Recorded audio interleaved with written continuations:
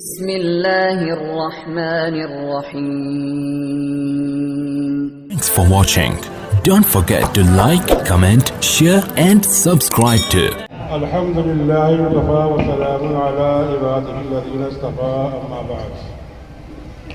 قال النبي صلى الله عليه وسلم خيركم من تعلم القرآن وعلمه. تیری عطا سے بھلا کون فیض یاب نہیں، تیری عطا سے بھلا کون فیض یاب نہیں، کریم تیرے کرم کا کوئی حساب نہیں، کریم تیرے کرم کا کوئی حساب نہیں، دیا ہے ہم کو ہدایت کے واسطے قرآن، دیا ہے ہم کو ہدایت کے واسطے قرآن، یہ وہ کتاب ہے جس کا کوئی جواب نہیں۔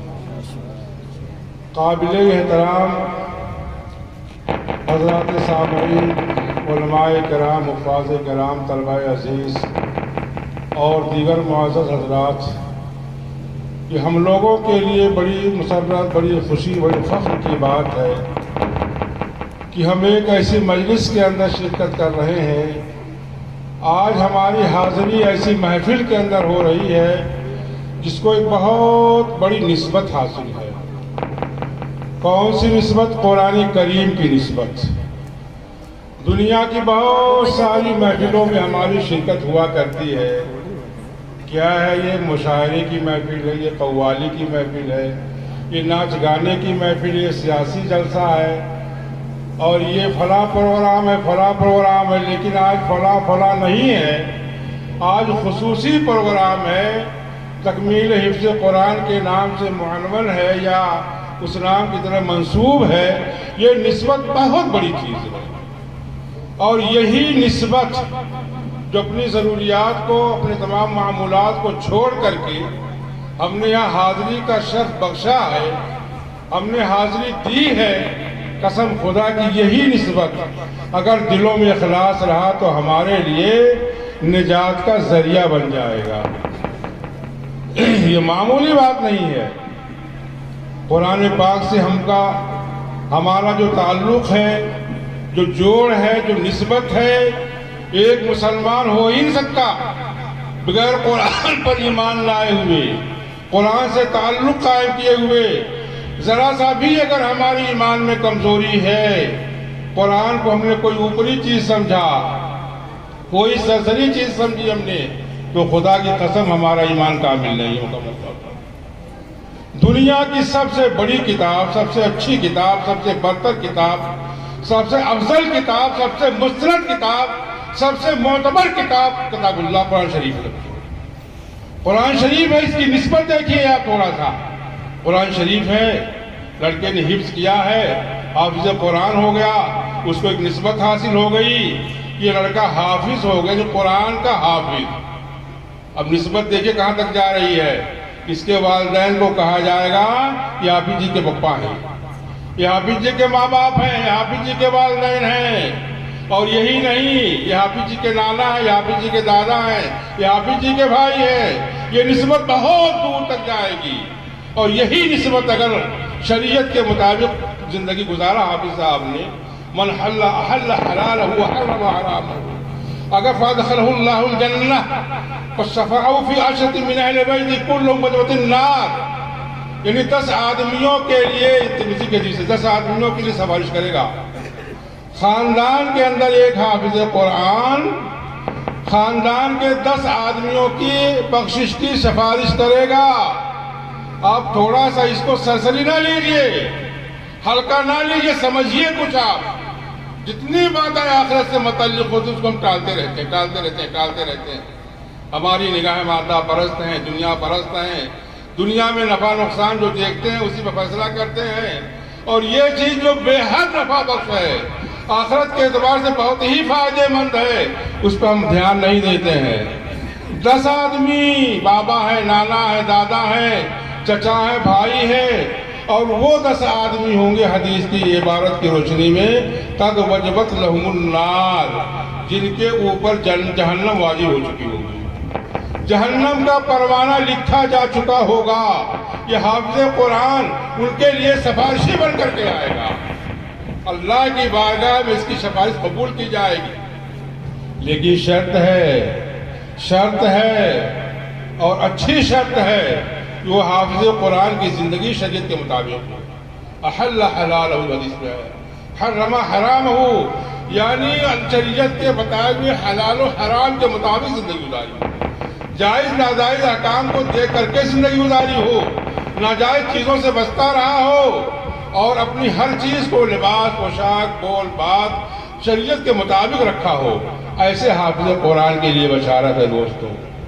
خدا کی قسم یہ اللہ کا کلام ہے، اللہ کے کلام کو بہت نازل ہوئے ہیں، توریت وہیں سے آئی ہے، انجیل وہیں سے آئی ہے، زبور وہیں سے آئی ہے، اور بڑے چھوٹے صحیفے سب آسمان سے نازل ہوئے ہیں، لیکن صرف قرآن مقدس ایک ایسی کتاب ہے کہ اسی کو کلام اللہ کا ہونے کا شرف حاصل ہے، اللہ کا کلام، اور تو سب کتاب اللہ ہیں۔ کتاب اللہ کا مطلب یہ تھا انجیل، زبور، انجیل وغیرہ جو ہے یہ تختیوں میں لکھ کر کے پہنچا دی گئی قوم تک، امت تک، لیکن قرآن کا احکام جو ہے یہ اللہ کی ذات سے نکلا ہوا ہے۔ اللہ جیسے میں بول رہا ہوں اس وقت کلام کر رہا ہوں آپ سے، ایسے ہی کلام کیا اللہ تعالیٰ نے حدیث پاک کے اندر تبرک بالقرآن فإنہ کلام اللہ قد خرج منہ، قرآن سے تبرک حاصل کرو، اس لیے کہ اللہ کی ذات سے نکلا ہوا ہے، یہ اللہ کے الفاظ ہیں، کلمات ہیں جو حسب ضرورت نازل ہوتا رہا ہے دوستو۔ یہ نہایت ہی عزیز ہے، نہایت ہی ادب احترام کے قابل ہے، یہ عام کتابوں کے طریقے سے نہیں ہے۔ توریت، انجیل، زبور کی کل زندگی بتائی جاتی ہے کہ 100 سال تک رہی، دنیا کے اندر نازل ہوئی، دنیا کے اندر 100 سال کے اندر ہی سارا اپنا وجود ختم کر دیا، کھو دیا، مکمل ہو گیا، ختم ہو گیا۔ ان کے جو پادری تھے، روحبان تھے، ان کے جو علماء تھے، وہ مسئلے بتا کر کے جو ہے اسی کے مطابق اس کے کلام کو بدلتے رہتے تھے، یعنی اپنے حسب منشا، اپنی خواہشات کے مطابق انجیل اور تورات کر لیا، وہ اپنی حالت پر نہیں رہی۔ صرف قرآن پاک ایک ایسی کتاب ہے کہ جس دن پہلے دن نازل ہوئی ہے، ان الفاظ کے ساتھ، ان کلمات کے ساتھ، ان حرکات کے ساتھ، ان سکنات کے ساتھ وہی زبر زیر پیش اور وہی لفظ، وہی کلمے جو پہلے دن اللہ تعالیٰ کی ذات سے نکلا ہے آج تک محفوظ ہے۔ اس میں ذرا سا بھی کہیں رد و بدل نہیں ہوا ہے، کہیں بھی اس میں کوئی تبدیلی نہیں آئی جو نہ قیامت تک آئے گی۔ یہ ایسا کلام ہے، انا نحن نزلنا الذکر وانا لہ لحافظون، یہ ہم نے اس کو نازل کیا، ہم اس پہ بات فرمائیں گے۔ خدا کی قسم جس وقت اس کا نزول ہو رہا تھا، عرب کے ماحول میں ایک سے ایک بڑھ کر شاعر تھے، ادیب تھے، فصیح تھے، بلیغ تھے، زبان دان تھے، اور ایک سے ایک ماہر کلام تھے، ماہر سخن تھے، اور سب نے انکار کیا کہ اللہ کلام نہیں ہے، اللہ کلام نہیں تو اللہ کلام کیسے ہو جائے گا؟ اللہ کے رسول کا انکار، کتاب اللہ کا انکار۔ قرآن نے چیلنج کر دیا، قل لئن اجتمعت الانس والجن علی ان یأتوا بمثل هذا القرآن لا یأتون به ولو کان بعضهم لبعض ظہیرا۔ قرآن نے چیلنج کیا ہے، اتنے بڑے بڑے زبان والے، شاعری کرنے والے اور ایک سے ایک جملے اور کلام گڑھنے والے، انہی کے بیچ میں قرآن نازل ہو رہا ہے، وہ انکار کر رہے ہیں۔ اللہ نے کہا کہ انسان، جنات، یہ پوری کی پوری ٹیم لگ جاؤ اور اس جیسا قرآن تیار کر دو۔ اگر قرآن نہیں اللہ کا تو تم ہی زبان والے ہو۔ قرآن کہتا کہ نہیں لا سکے، نہ لا پائیں گے۔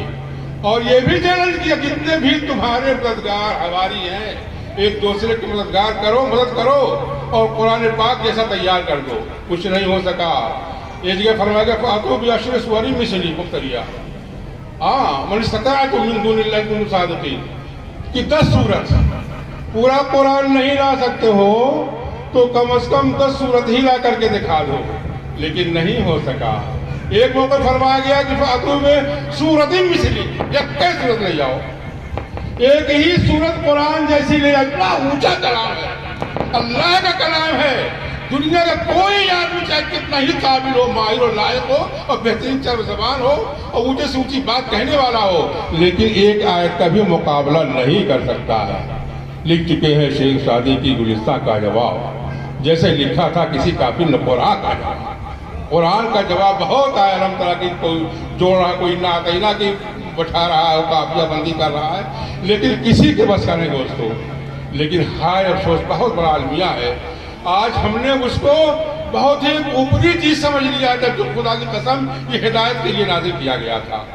قرآن پاک اس لیے نازل کیا گیا تھا تاکہ اس کے مطابق اپنی زندگی کو ہم گزاریں، لیکن صرف تبرک کے لیے، برکت کے لیے اس کو ہم لوگ استعمال کرتے ہیں۔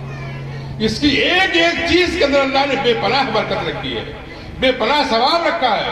وہ حدیث شریف کے اندر ہے کہ من قرأ حرفا من القرآن فلہ حسنۃ الحسنۃ بعشر امثالها، لا اقول الف لام میم حرف بل الف لام، الف حرف، لام حرف، میم حرف۔ حدیث کے الفاظ ہیں کہ اگر کوئی شخص قرآن کا ایک حرف بھی تلاوت کرتا ہے، ایک حرف، الف با تا، ایک حرف ہے، جو قاعدہ پڑھایا جاتا ہے پہلا پڑھنا، بالکل ایک ایک حرف ہے، ایک ایک حرف اس کا، خدا کی قسم ایک حرف پر دیا حدیث پاک کے اندر جو میں نے پڑھا ہے 10 نیکی ملے گی۔ ہم دنیا کے اندر کوئی نیکی کرتے ہیں، ایک نیکی کا ایک ثواب ملے گا، کتنا ملے گا؟ ایک کام کیے تو ایک ثواب ملے گا، لیکن قرآن کا اگر ایک حرف ہماری زبان سے ادا ہوتا ہے تو 10 نیکی رکھی ہوئی ہے۔ اور آپ نے سلمان شخص سمجھایا بھی الف لام میم ہے نہیں، کہتے ہیں اللہ رسول نے یہ الف لام میم ایک حرف نہیں ہے، بلکہ الف لام میم میں الف ایک حرف ہے، لام ایک حرف ہے، میم ایک حرف ہے۔ اگر کوئی شخص الف لام میم کو زبان سے ادا کرتا ہے تو گویا کی 30 نیکیاں فوراً کو مل گئی۔ فرعون، حامان، شداد، نمرود سے ہمیں کتنا اختلاف ہے، ان سے ہمیں کتنی نفرت ہے، لیکن قرآن میں آئے ہوئے الفاظ ہیں فرعون و حامان و شداد۔ اگر وہاں تلاوت میں شداد کا نام آ رہا ہے، فرعون کا نام آ رہا تو گن لو، وہاں بھی ثواب مل رہا ہے۔ اس لیے قرآن پاک کا ایک جز ہے، وہ ٹکڑا ہے، قرآن پاک کے کلمات ہیں، قرآن کا لفظ ہے دوستو، بہت بڑی چیز ہے، بہت بڑی چیز ہے۔ اور بتاؤں آپ کو، دنیا داری تو ہمارے دماغ میں چھائی ہوئی ہے، اس لیے سب دین اور آخرت سے تعلق والی چیزیں کم آتی ہیں۔ اس کے پڑھنے کا انداز بھی ابھی عزیز حافظ فرقان جو ہمارے اپنے شاگردوں میں سے الحمدللہ بہترین سبا کے خرد کیا انہوں نے اچھے انداز سے، کیسے کس انداز سے پڑھا جاتا ہے۔ ایسے ہی قرآن پاک کے ایک ایک حرف کی ادائیگی کے لیے اس کا اپنا ضابطہ ہے، قاعدہ، اس کا مخرج ہے، اس کے لیے اصول ہے۔ یہ نہیں چہل جہاں سے نکال دو، چہل جہاں سے نہیں ہے، جیم کہاں سے نکلے گا، ذات کہاں سے نکلے گا، زو کہاں سے نکلے گا، یہ الگ الگ ہے، اور ذات کہاں سے نکلے گا، عجیب چیز ہے یہ، کہیں ایسا گرامر نہیں ہے۔ لیکن قرآن کی جو حروف تہجی ہیں ان پہ بڑی محنت کی جاتی ہے مدرسوں کے اندر۔ ABCD وغیرہ پڑھا دیا، سب چاہیے سے نکالو، نیچے سے نکالو، اوپر سے نکالو، دائیں بائیں نکالتے جاؤ، کچھ فرق نہیں پڑے گا، ہندی کا نکالتے جاؤ۔ لیکن الف با تا سا کہاں سے نکل، اللہ اکبر۔ پھر اس کے بعد سین ہے، ایک مثال دے رہا ہوں، زلہ، زواد لام زبر لام زلہ، لام زلہ، زلہ زلاتے من گمراہ کے آتے ہیں، گمراہی کے آتے ہیں، گمراہ کرنے کے آتے ہیں، گمراہ ہونے کے آتے ہیں۔ اب زواد کہاں سے نکلنا چاہیے، بولا ظالین، اس کا ایک مخرج ہے۔ اب اگر کہیں اتفاق سے آپ کو جیم کی آواز لگی، جلہ، معنی بدل گیا، فوراً معنی بدل گیا۔ قرآن پاک ہے، وہ معمولی بات نہیں ہے۔ ان قاریوں کیا سمجھتے ہیں آپ، ہر ایک کی رعایت، ایک ایک لفظ کی رعایت کرتے ہوئے آگے بڑھتے ہیں۔ اب وہ زلہ ہو گیا، جلہ ہو گیا ہو، اور جلہ جلالتن کی معنی سے بزرگ ہونا، بڑا ہونا، جلہ جلال ہو کا مطلب آئی بات سمجھ میں۔ اور اگر کہیں سا نکل گیا تو زلہ ہو گیا، اور زلہ کے بڑے زلالت گمراہی پھسلنے کے آتے ہیں۔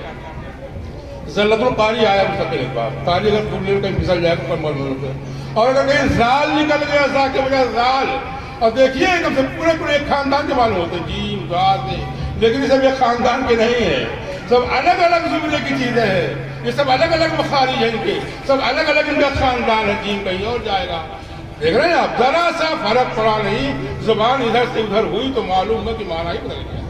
اب معنی ایسا بدلتا ہے کہ آدمی کافر ہو جاتا ہے۔ بعض موقع پر زلہ سمجھا رہا تھا میں، زلہ گمراہ ہونے کے معنی میں، جیم نکل گیا تو بزرگ کے معنی میں، بڑا ہونے کے معنی میں سے نکل گیا، اس کے معنی آتے پھسلنے کے، زلت القدم، قدم پھسل گیا مکمل طور پر، جیسے انبیاء کے بارے میں کہا جاتا ہے کہ اس سے غلطی میں اس سے ذلت ہوتی ہے۔ اور زال اگر نکل کے زلہ تو ذلیل کے معنی میں ہو گیا، ذلیل، کسی کا نام اگر جلیل ہو، جلیل کہتے بہت جلیل و قدر آدمی ہے۔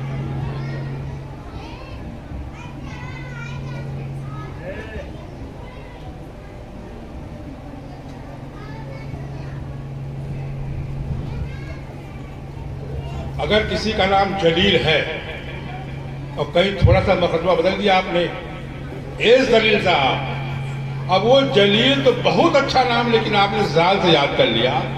اس ذلیل کا مطلب ہوتا ہے حقیر، بالکل ناکارہ قسم کا. کہاں سے کہاں اردو مارا چلا جا رہا ہے.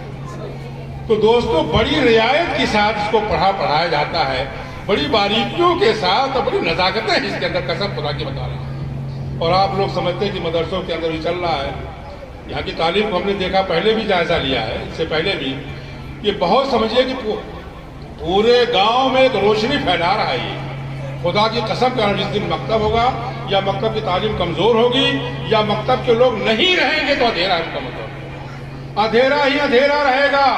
وہ تو کہیے کہ مدرسے والے جو ہر طرح سے ہر جگہ زندہ کیے ہوئے ہیں. بہرحال میں یہ عرض کر رہا تھا کہ ایک بہت بڑی چیز ہے، ایک بہت بڑا کلام ہے. پروردگار عالم نے اتنی تاثیر رکھی ہے اس کے اندر، ایسی حلاوت ہے. دنیا کی ساری کتابیں پڑھتے چلے جائیے، اکتا جائیے کہ پڑھنا پڑھو یہ سب چکر. لیکن قرآن پاک ایک ایسی چیز ہے کہ پڑھتے جائیے مزہ ملتا رہتا ہے. پڑھتے جائیے ایک پارہ، دو پارہ، تین پارہ، طبیعت اکتاہٹ نہیں ہوتی، گھبراہٹ نہیں ہوتی ہے. عجیب قسم کی حلاوت اور لذت محسوس ہوتی ہے، اور عجیب بلا کی تاثیر اس کے اندر ہے. حضرت بلال حبشی کیا تھے؟ حضرت بلال حبشی حضرت عمر فاروق رضی اللہ تعالیٰ، حضرت عمر فاروق رضی اللہ تعالیٰ عنہ کو جانتے ہیں آپ. بہت جری، بہت بے باک اور بہت بہادر قسم کے لوگ تھے. کہاں؟ مکہ شریف میں. اور وہ قریش مکہ کے سرداروں میں سے تھے. روزانہ پروگرام بنتا تھا، حضرت محمد صلی اللہ علیہ وسلم کا سر جو قلم کر کے لائے گا تو یہ انعام وہ انعام. حضرت عمر فاروق ہے کہ چلو میں ذمہ داری لیتا ہوں.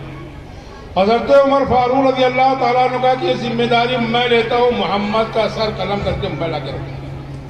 اب وہ محمد کا سر قلم کرنے کے لیے گھر سے نکلے ناپاک ارادے سے. راستے میں کوئی مل گیا، کہاں چلے؟ کہہ رہے محمد کا سر قلم کرنے جا رہا ہے. لوگوں نے کہا، بتانے والے نے، کہ محمد کا سر بعد میں قلم کیجئے گا، پہلے اپنے بہن اور بہنوئی خبر لے لیجیے. اسلام قبول کر چکے ہیں، جو قرآن پہ ایمان لا چکے ہیں، اسلام اور محمد پہ ایمان لا چکے ہیں، پہلے ان کی خبر لو، بہن بہنوئی کی. اور وہیں سے انہوں نے بدل دیا، بہن بہنوئی کی آ گئے. اب وہاں آئے تھے بہنوئی ان کے تھے. اب وہ قرآن پاک کی تلاوت میں مشغول تھے. اب دیکھ لیا آگ بگولا ہو گیا. پہلے تو سنتے تھے، اب آنکھ سے دیکھ لیا قرآن کی تلاوت ہو رہی ہے. اور اس کے بعد لپٹ گئے. اب بہت زبردست طریقے میں مارا، ان کو لہولہان ہو گئے. ایک جبڑا وبڑا سب گائے مکمل طور پر. اور اس کے بعد کہنے تم لوگ کیا کر رہے ہو؟ لیکن اس کے بعد وہ لوگ ٹس سے مس نہیں ہوئے. ان کے ایمان میں، اسلام میں ذرا سا خلل نہیں آیا. حضرت عمر فاروق نے نظر ثانی کیا اپنے ذہن پر، یار ہے کوئی بات اس کتاب کے اندر، قرآن کے اندر، اسلام کے اندر کتنا سب کچھ مار دھاڑ کے باوجود بھی یہ لوگ ٹس سے مس نہیں ہو رہے ہیں اور تائب نہیں ہو رہے، بات نہیں آ رہے ہیں. حضرت عمر فاروق نے اپنے بہنوں سے کہا، اچھا دکھاؤ تم کیا پڑھ رہے تھے. اور اس کے بعد حضرت ابراہیم، حضرت ان کے بہنوئی جو ہے، جب قرآن پاک کی تلاوت شروع کی، طٰہٰ کی صورتیں تھیں، طٰہٰ کی آیتیں تھیں، اس کو پڑھنا شروع کیا ہے. تاریخ بتاتی ہے کہ ان آیتوں کو حضرت عمر فاروق پڑھ کر جب سنتے تھے تو ایسا لگتا تھا کہ جیسے پکا ہوا کوئی پھل ہو اور گود میں کے گر جائے. ایسے لڑکتے ہوئے چلے گئے.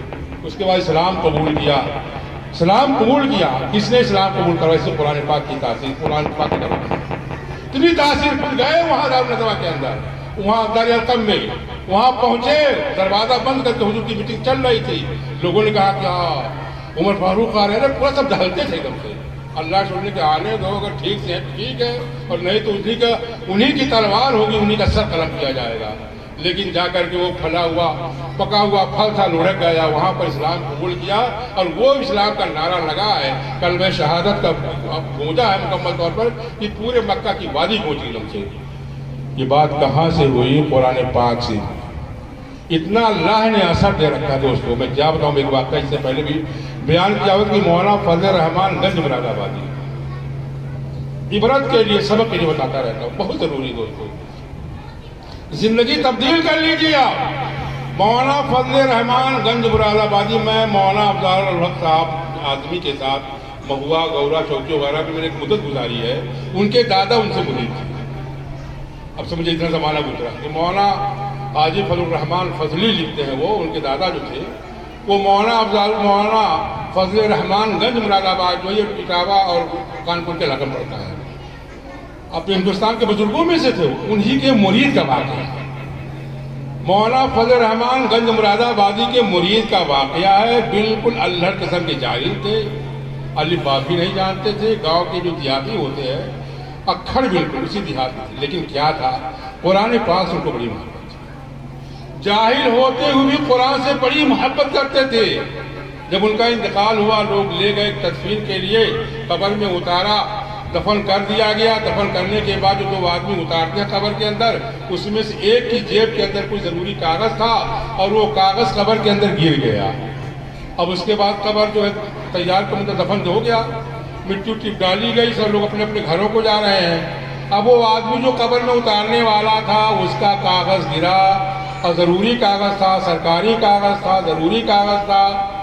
علماء سے مسئلہ پوچھا کیا دوبارہ قبر کھود سکتے ہیں؟ کہ ہاں کھود سکتے ہیں. بتایا گیا کوئی ضرورت کی چیز رہ جائے قبر کے اندر تو دوبارہ قبر کھودی جا سکتی ہے. مسئلہ یہی ہے. قبر دوبارہ کھولی گئی. ابھی کہاں کتنا وقفہ ہوا دوستوں, لیکن پوری قبر جو ہے پھولوں سے بھری ہوئی تھی. ابھی گھر بھی نہیں پہنچے, وہی لوگ تھے, گھروں سے روانہ ہو رہے تھے. پوری قبر, یہ صرف پروردگار عالم نے اس کاغذ کو گروایا تھا کہ تم لوگ برزخ کی چیزوں کا انکار کرتے ہو. مرنے کے بعد جو زندگی شروع ہوتی ہے برزخ کہتے ہیں, قبر کی زندگی کہتے ہیں, اور اس کے بعد پھر آخرت کی زندگی. 3 چیزیں ہیں, دنیا ہے, برزخ ہے, آخرت ہے. انکار کرتے وہی چیز دکھانا تھا پروردگار عالم کو. چنانچہ وہ کاغذ جو پھولوں کے اوپر پڑا ہوا تھا, اور پھول بھی بالکل شبنم آلود جیسے اوس پڑی ہوئی پھول, تو بہت اچھا لگتا ہے. کاغذ پڑا ہوا تھا, کاغذ نکالا گیا, اور لوگوں نے, یعنی بہانہ تھا پروردگار عالم کی طرف سے, لوگوں نے اس کاغذ کو اٹھایا, لوگوں نے پھول کو دیکھا اور بڑے میاں قبر کو دیکھا, اور سب کے دل میں بات پیدا ہو گئی کہ اللہ تعالیٰ کے یہاں ان کا بڑا مقام ہے بھی, بڑا اعزاز ہو رہا ہے. قبری کے اندر جو ہے استقبال شروع ہے ان کا. اب لوگ ٹوٹے تو ان کے گھر پہنچے. بڑے میاں کے دل کے اندر تڑپ پیدا ہوئی, ایک خواہش پیدا ہوئی کہ پوچھیں کہ ان کا کوئی خاص عمل دنیا کے اندر جس سے ان کو یہ رتبہ ملا. گھر والوں نے کہا کہ وہ جو بڑکوا ہے وہ 25 پورے کے علاقے میں تھے, بلیا سائڈ, بڑے میاں کہیں جو بڑکوا ہے کتاب قرآن پاک, کہیں اسی کی روزانہ تلاوت کرتے تھے. تو لوگوں نے کہا کیسے, پڑھے لکھے نہیں تھے, لوگوں نے کہا کیسے تلاوت کرتے تھے جب پڑھے لکھے نہیں تھے, جب پڑھے لکھے نہیں تو تلاوت کیسے کرتے تھے. تو گھر والوں نے بتایا کہ روزانہ فجر کے بعد قرآن شریف کھولتے تھے اور ایک ایک سطر کے اوپر اپنی انگلی گھماتے تھے اور کہتے تھے کہ اللہ یہ تیرا کلام یہ بھی سچ ہے, یا اللہ یہ تیرا کلام یہ بھی سچ ہے. زبان سے پڑھے لکھے نہیں جان رہے ہیں, لیکن ایک ایک سطر پہ انگلی گھما کر کچھ تصدیق کر رہے ہیں کہ اللہ تیرا فرمان ہے, تیرا کلام ہے, یہ بھی سچ ہے, یہ بھی سچ ہے, یہ بھی سچ ہے. اور اتنی کثرت سے ان کا روزانہ کی ان کی تلاوت ہوتی تھی کہ وہ سب حروف مٹے ہوئے تھے. سوچیے آپ, پڑھے نہیں ہیں لیکن قرآن سے اتنا لگاؤ تھا, اور اللہ کے ان کا عمل اتنا محبوب ثابت ہوا کہ دنیا نے دیکھ لیا. بڑے میاں جاہل تھے, کیا ہوا جاہل تھے, نہیں مقدر میں تھا علم حاصل کرنا, نہیں, لیکن اللہ کے کلام سے, اللہ کے رسول سے محبت تھی, آخرت پر پکا ایمان تھا. دوستو یہ ہے قرآن پاک, اس کو ہم نے رکھ رکھا ہے کہ جب پپا دادا کا انتقال ہوگا تو یاسین پڑھ لیں گے, اور جب پڑھ لیں گے یا جب مر جائیں گے تو اس کے بعد جو سارے ثواب کے لیے, اس سے زیادہ ہم ایسے اس کو دیتے ہی نہیں. عجیب قسم کی کتاب ہے. میں نے بتایا تھا ایک مرتبہ کہ مولانا وہاں کانگریس کا ایک جلسہ تھا, کانگریس کا ایک جلسہ تھا. مولانا احمد علی لاہوری تھے, اور اس زمانے میں جب ہندو مسلمان سکھ عیسائی سب مل کر کے لڑائی لڑ رہے تھے, مسلمانوں کا جہاد تھا, یعنی جنگ یہاں سے برطانیہ والوں کو, فرنگیوں کو, یعنی انگریزوں کو بھگانے کے لیے لڑائی لڑی جا رہی تھی, اس کو آزادی لڑائی کہتے ہیں دوستوں. اسی قسم کا ایک پروگرام تھا مشترکہ, اس میں مولانا احمد اللہ لاہوری بہت بڑے عالم ہے دیوبندی موجود تھے, سر میں سروا تھے, سربراہ اعلیٰ تھے. اور اس کے بعد انہوں نے کہا کہ یہ جلسہ جو ہے قرآن پاک کی تلاوت شروع ہوگا, قرآن پاک کی تلاوت سے شروع ہوگا. تو لوگوں کے دلوں میں آئی بات, اپنے لوگوں کی, علماء موجود کہنے کے صاحب حضرت کیا کر رہے ہیں آپ, آج قرآن پڑھوائیں گے اس مجلس کے اندر, ہندو موجود ہے کہیں گے ہمارا شروع پڑھا جائے گا, یہودی نصارانی کہیں گے توریت انجیل پڑھا جائے گا, اور سب اپنی اپنی کتاب پڑھوائیں گے, تو کیسے کیا ہوگا. تو مولانا بزید رہے کہیں سب پڑھوائیں اپنا اپنا, لیکن پڑھا جائے گا, قرآن پڑھا جائے گا. قرآن پڑھا جائے گا. قرآن پاک کی تلاوت سے جلسہ شروع ہوا. لکھا ہوا دمشق کے کوئی شیخ قاری ابراہیم صاحب کا، اللہ اللہ قاری بھی ہماری ایک سے بڑھ کر یہ کہ قسم خدا کی بتا رہا ہوں میں. عجیب انداز ہوتا ہے، لہجہ ہوتا ہے اور بڑا کا انداز ہوتا ہے پڑھنے کا. قاری ابراہیم صاحب اتنے بڑے مجمع کے اندر لکھا ہے کہ جس وقت قرآن پاک کی تلاوت شروع کی عربی لب و لہجے کے اندر سناٹا چھا گیا اور پورے مجمع کے اندر لگ رہا تھا کہ قرآن کی آواز جو ہے وہ کھیل رہی ہے پورے مجمع کے اندر، بڑا گشتی کر رہی ہے. اتنا اچھا اتنا بھلا معلوم ہو رہا تھا اور سب کی آنکھوں سے آنسو روا تھا. ہندو سمجھ رہے ہیں، توریت سمجھ رہے ہیں، انجیل والے سمجھ رہے ہیں، لیکن نہیں، قرآن دل میں گھستا ہے. وہ آواز، وہ انداز اتنا کافی مؤثر تھا، اتنا اثر انداز تھا کہ سب کی آنکھوں سے آنسو روا تھے. سناٹا چھا گیا، بھوک کا عالم تھا. تلاوت ختم ہوئی. اس کے بعد مولانا نے حسب وعدہ اعلان کیا کہ ہمارے ہندو برادران جو ہے وہ آئیں اپنے اشروق کو پڑھیں. ہمت نہیں ہوئی. توریت والوں کو بلایا گیا، عیسائیوں کو، انجیل والوں کو عیسائیوں کو، توریت یہودیوں کو بلایا گیا، سارے لوگ موجود تھے، لیکن کسی کو اپنی کتاب پڑھنے کی ہمت نہیں ہوئی. قرآن کی تلاوت کے آگے سب مسحور ہو چکے تھے، مبہوت ہو چکے تھے، جسے جادو کر دیا گیا اور سب کی خیر سے مکمل طور پر بدلی ہوئی تھی. کسی کی ہمت نہیں تھی کہ قرآن کی تلاوت کے سامنے اشلوک اور کرتے مکمل. یہ ہوتا ہے قرآن پاک. اس کی لفظی، معنوی اور ہر طرح کی گہرائی کو نہیں پائیں گے آپ. دوستو بہت بڑے مولانا عبد المجید دریابادی تھے. طبیعت میں ٹھیک نہیں لیکن چل رہا ہوں. وہ بہت بگڑے ہوئے تھے. پہلے مولانا ہی تھے، مشکر تھے وہ. ان کے والد صاحب جو ہے وہ خانہ کعبہ خلاف پکڑ کر کے رو کر کے انتقال کر گئے کہ میرے بچے کو اللہ درجہ ہو گئے تھے. اللہ کا انکار کر رہے تھے مکمل طور پر. اکبر الہ آبادی مرحوم تھے. انہوں نے راستہ دکھایا کہ جائیے. ایک زبردست عالم گزرے مولانا شفیع صاحب خان رحمۃ اللہ علیہ. وہ جو قرآن کا مطالعہ کرتے تھے لیکن بے ادبی کے ساتھ، لیٹے ہوئے ہیں، قرآن کھولے ہوئے، سگریٹ پی رہے ہیں اور جس پینٹ پیشرٹ میں چل رہے ہیں، سب سے نہ کوئی ادب لحاظ کچھ نہ. اب اس کے بعد جو ہے وہ جب پہنچے وہاں پر تھانہ رسول اللہ علیہ گیا مرید ہونے کے لیے، بتانے کے لیے اور کچھ ڈائریکشن ہدایت حاصل کرنے کے لیے. کہنے کہ آپ قرآن سمجھ گئے، قرآن پڑھتے ہو، کیسے پڑھتے ہو؟ تو انہوں نے کہا کہ میں قرآن پڑھتا ہوں میں اور ایسے پڑھتا ہوں، لیٹ کے پڑھتا ہوں. مطلب وہ دہلیہ آدمی تھے، مسلمان گھر میں پیدا ہوئے لیکن انکار تھا ہر چیز کا. تو مولانا نے کہا کہ ایسا ہے کہ اگر نہیں ہے، اکبر الہ آبادی نے ہدایت کی تھی کہ قرآن کیسے پڑھتے ہو. انہوں نے کہا ایسے پڑھتا ہوں. تو انہوں نے کہا کہ اس کو تم ہماری بات مان لو کہ پاکی میں ہو جاؤ، اس عدت سے رکھو، پاکی میں ہو جاؤ. پاکی ہونے کے بعد وضو کرو، وضو کرنے کے بعد کتاب پڑھو اور بیٹھ کے پڑھو اور سگریٹ مت پیو. سگریٹ پیو گا مجھ پہ جا کے اللہ تعالیٰ ناراض ہو جائیں گے. یہ سب بتاتے جو ہے پھر شروع کیا. پھر جو ہے وہ اب وہ پہلے ہی لفظ کے اندر ٹوٹ گئے، الحمدللہ رب العالمین. تمام تعریف اللہ کے لیے ہے جو دنیا جہان کا رب ہے. اب دیکھیے وہ چونکہ عجیب تھے، انگریزی کے تھے، وہ کہنے لگے رب کا لفظ استعمال کیا گیا ہے جبکہ بہت سے خالق بھی ہے، مالک بھی ہے اور اللہ کے 99 نام تو ویسے ہی ہے، صفات نام جو کہتے ہیں، لیکن رب کا انتخاب کیوں کیا گیا ہے؟ اور ویسے ہی وہ ڈوبتے چلے گئے، آگے بڑھ ہی نہیں رہے. تب اکبر الہ آبادی سے ملے. اکبر الہ آبادی نے راستہ دکھا تھانہ ون کہ جائیے وہاں پر. ایسے ایسے روبہار مکمل طور پر وہ اتنا سچے پکے مسلمان ہوئے، ایسا توبہ کیا کہ ان کی تفسیر لکھی انہوں نے، تفسیر ماضی کے نام کر لی. کہاں ایک ایک لفظ کا انکار تھا. اس کو ایک دقیہ نوسی، ایک فرسودہ کتاب سمجھتے تھے، پرانی گھسی پٹی کتاب سمجھتے تھے. اور کہاں سے کہاں تک پہنچا دیا وہ اس کو.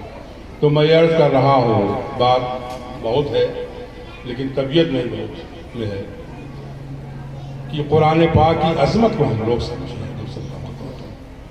اور جو عالم ہے، علماء ہیں، ان کی قدر کریں مکمل طور پر. کون کیسا دیکھو سب انسان ذاتے ہیں، تو اپنے ہی لوگوں میں پیدا ہوتی ذرا سے غلطی کو لے کر کے اگر اس پر تنقید کریں گے، نشانہ بنا رکھیں گے، سب ذہن تبدیل کر دو مکمل طور پر. برداشت کرنے کا مادہ رکھو. کسی صورت سے بھی وہ بچوں کو ہمارے تعلیم دے رہے ہیں، آپ کو کوئی حق نہیں پہنچتا ہے کہ کسی پر تنقید کیا جائے، کچھ کیا جائے. خدا کی قسم میں نے اس سے پہلے بھی مسجد کے اندر ایک مرتبہ بیان کیا تھا کہ آج جتنی ساری چیزیں اسلام کی اور ہماری جو دنیاوی دینی چیزیں ہیں سب علماء ہی پورا کرتے ہیں، حفاظ ہی پورا کرتے ہیں. میں بتایا کرتا تھا کہ بچہ بھی پیٹ کے اندر درد سے شروع ہوا، حافظ مولوی کے پاس پہنچ جائیں گے تو کون دعا پڑھ دو تاکہ پیدائش نارمل ہو جائے، اچھے سے ہو جائے. اب کوئی حافظ مولوی پڑھے گا، پڑھنے کے بعد اب اس کے یہ کہنے میں اذان ہے، بائیں کرنے میں اقامت کہنی ہے.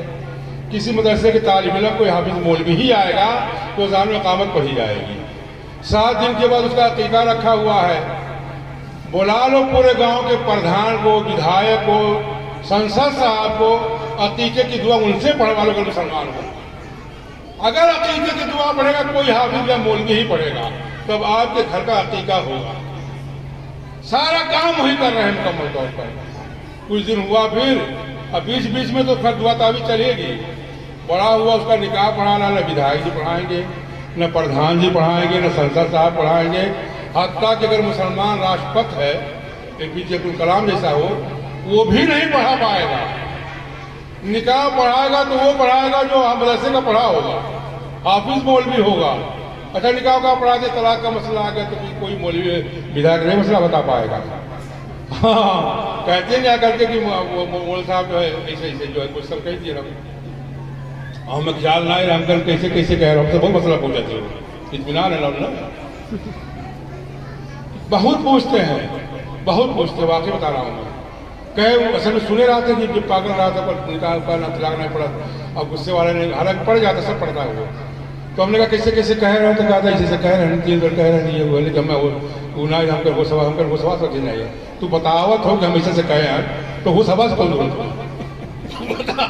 بتاتے بھی ہیں لیکن وہ سوچتے ہیں کہ ایسی چپی مار دو مسئلہ بدل جائے. کیسے بدل جائے گا؟ وہ بدلنے والی چیز ہے، وہ جو ہے وہ ہے. وہ شواس میں رہ بے ہوشی رکھ کر سب غلط ہے. یہ مسئلہ کوئی مولوی حل کرے گا ہو جائے. حتیٰ کہ دنیا سے انسان کی رخصتی ہوتی ہے، جنازے کی نماز بھی کوئی مولوی مولانا پڑھائے.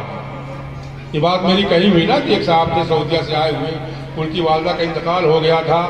اب رہ کر کے ان کا آنسو نہیں رک رہا تھا. اماں کا وہ انتقال ہے، ابا کا انتقال ہے. سعودیہ سے ڈائریکٹ فلائٹ سے آئے.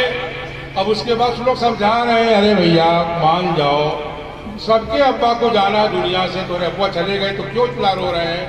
تو سنیے گا اس بات کو، کہنے لگے ابا کے جانے کا ملال نہیں ہم کو، جانا سب کو. ہم یہ سوچ کے رو رہے ہیں کہ ابا نے ہم کو دین کی لائن میں لگایا ہی نہیں. آج ان کا جنازہ ہے، میرے والد کا جنازہ ہے، لیکن جنازے کی دعا یاد نہیں ہے. معمولی بات ہے یہ،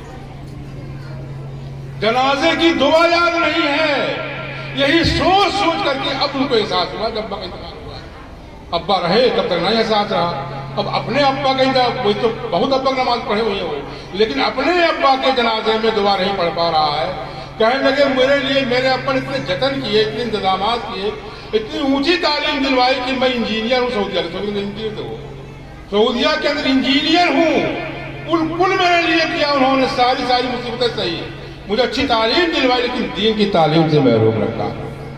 دیکھ لیجیے آپ، تھوڑا سا احساس کر لیجیے. احساس کرنے کی بات چند روزہ زندگی ہے، ہم وہ احساس نہیں کر سب کو جانا اللہ ہے. کیا اپنے بچوں کو دین کی تعلیم سے ضرور معمول کیجیے. دین کی تعلیم بنائیے. آپ انجینئر ڈاکٹر سب بنانا چاہیے، سب ہونا چاہیے. ہمارے علماء بھی کہتے ہیں دیوبند کے سب کالج اسکول کھلواتے ہیں، یونیورسٹیوں کی ترغیب دیتے ہیں، لیکن یہی ہے کہ کیا نام ہے دین کی تعلیم ہونی چاہیے.